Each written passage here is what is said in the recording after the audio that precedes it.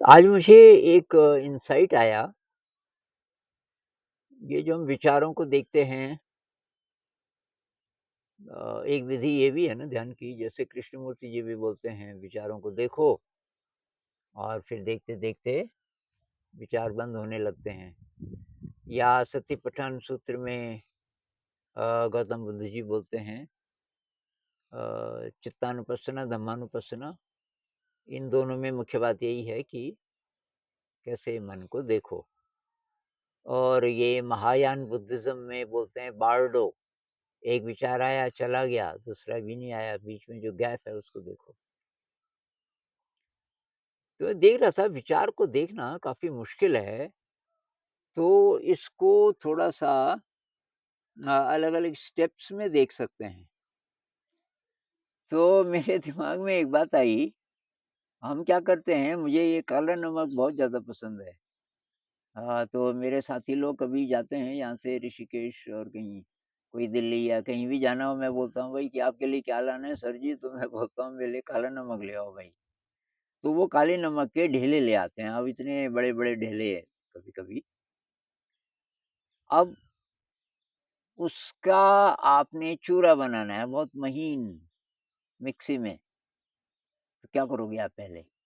इतने बड़े-बड़े ढेले, इतने कठोर, तो पहले आप उनको तोड़ के छोटा करोगे, फिर उनको और छोटा करोगे, फिर छोटा करते अंत में एक ऐसा साइज़ आता है जब वो बहुत बारीक-बारीक हो जाते हैं कि उसको आप मिक्सी में डालो, अब मिक्सी उसको बिल्कुल पीस के आटे जैसा बना देती है। तो मुझे लगा थॉट्स के साथ भी ऐसा कर सकते हैं हम। नहीं तो फ्रस्ट्रेशन आता है ना कि भाई थॉट्स को तो कितना भी देखो वो तो बंद होते नहीं। पहला स्टेप ये हो सकता है कि हम विचार की बड़ी श्रृंखला ना बनने दें।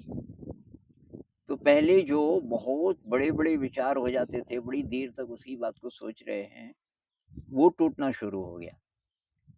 आपने देखा कि भई विचार आ रहा है, ये एक ही तरीके का या अलग-अलग तरीके के आ रहे हैं, लेकिन वो बहुत लंबे नहीं बन पा रहे, क्योंकि तब तक आप उनको देख ले रहे हो, तो लड़ी टूट जा रही है।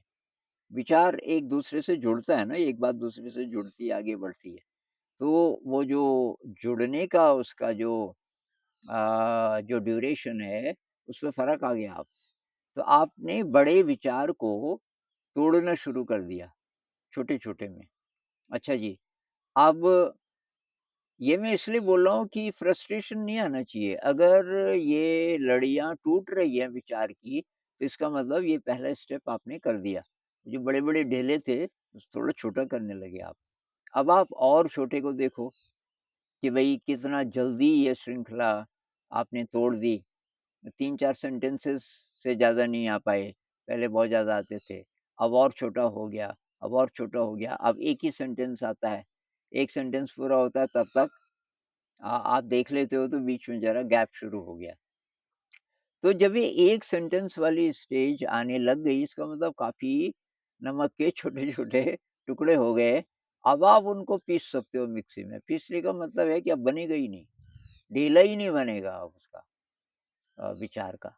तो मतलब विचार इतना ऐसे आएगा सर से कि अभी शब्द नहीं बन पाया, आपने तभी देख लिया। शब्द बाद में बनता है।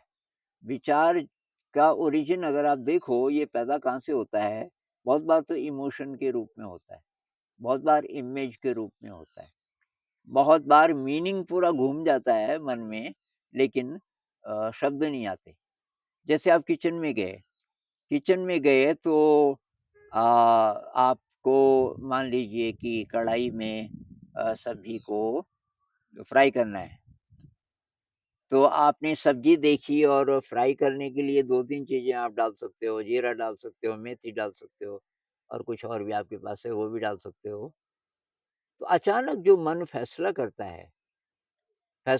है कि इस चीज़ का तड़का लगाएँगे और तब उसके बाद ये डालेंगे और वो डालेंगे और ये बहुत सारी चीज़ें बिना शब्द के मन में आ जाती हैं, बहुत फ़ास्ट।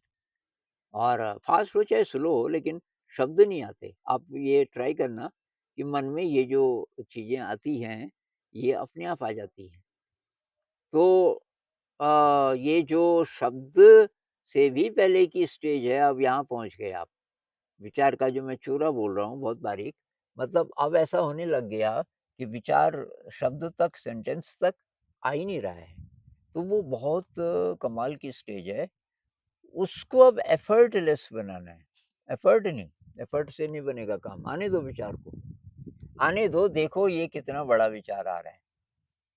तो तब वो बड़ा आ ही नहीं पाता, तो वो और छोटा अपने आप होता रहता और अंत में ऐसी स्टेज आ सकती है कि शब्द ही नहीं बन पा रहे। तो ये आप कोशिश कीजिए, आज मैं वही कर रहा था कि ये इसको कैसे, विचार को कैसे देखें और कैसे इस बात को प्रेज़ेंट करें कि औरों को भी मदद मिले, तो आप ये ट्राई कीजिए, क्योंकि मुझे मदद मिली इस अप्रोच से तो आपको भी मिल सकती है।